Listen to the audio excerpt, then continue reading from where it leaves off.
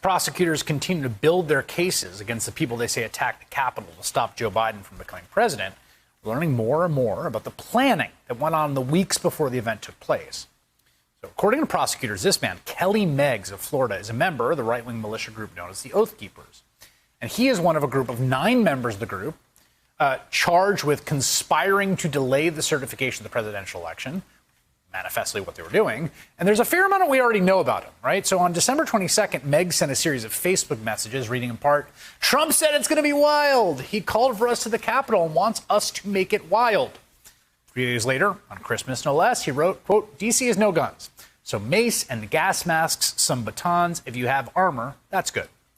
Weeks before the attack on the Capitol, Kelly Meggs was telling people he was going to D.C. to make it wild. He was bringing weapons. We know from another filing that the Oath Keepers were planning on acting as security for longtime Trump fixer Roger Stone, man who Trump, sprung with a pardon. Here's a picture of Kelly Meggs and Roger Stone together the day before the attack. Meggs is the guy in the camo hat. Roger Stone's the other guy. Another court filing apparently shows Meggs' wife, Connie, was stoned at a Florida book signing earlier in December. Now, in new filings today, prosecutors shared messages from Kelly Meggs. They say show the Oath Keepers were coordinating their armed presence in D.C. with the Proud Boys. According to the documents, on December 19th, Meggs sent a Facebook message reading, quote, "Well, we are ready for the rioters." Rioters, he says. That's wild. "This week, I organized an alliance between Oath Keepers, Florida 3 Percenters, and Proud Boys. We have decided to work together and shut this expletive down." A week later, Meggs sent another message saying, quote, "We have orchestrated a plan with the Proud Boys. I've been communicating with Redacted, the leader." That certainly looks like evidence of conspiring to do this thing. Then a really telling message comes the next day when Meggs writes, quote, "Wait for the 6th when we are all in D.C. to insurrection." His words, like he might as well have written like we are conspiring and to insurrection against the United States government. We also learned a lot more today about the circumstances surrounding an attack on Capitol Police Officer Brian Sicknick, who, of course, later died.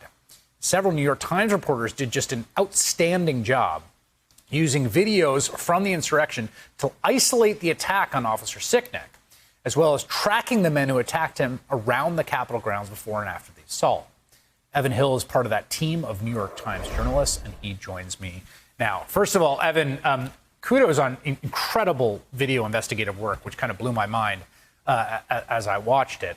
Let's just start with sort of setting the scene here. I mean, this has been one of the great mysteries and tragedies of this day. This officer lost his life, and months went by, and it was just not clear what happened to him. It looks like we're finally getting a sense. What did you find in your visual investigation? So what we found after sort of scouring these videos was basically that these 2 individuals who've been named in court papers, Julian Cotter and George Tanios, worked together more or less to bring bear spray and pepper spray to the Capitol, and that Cotter took the bear spray, approached the police line that Officer Sicknick was defending, seemed to wait for the right opportunity when there was a scuffle to rip away the bike racks from the police officers, and then sprayed this chemical irritant toward these officers and seemed to hit Officer Sicknick in the face, and that he immediately retreated and tried to wash it out of his face and eyes. Hey, thanks for watching our YouTube channel. You should know that you can follow today's top stories and breaking news and catch up on your favorite MSNBC shows all in one place. Download the NBC News app today.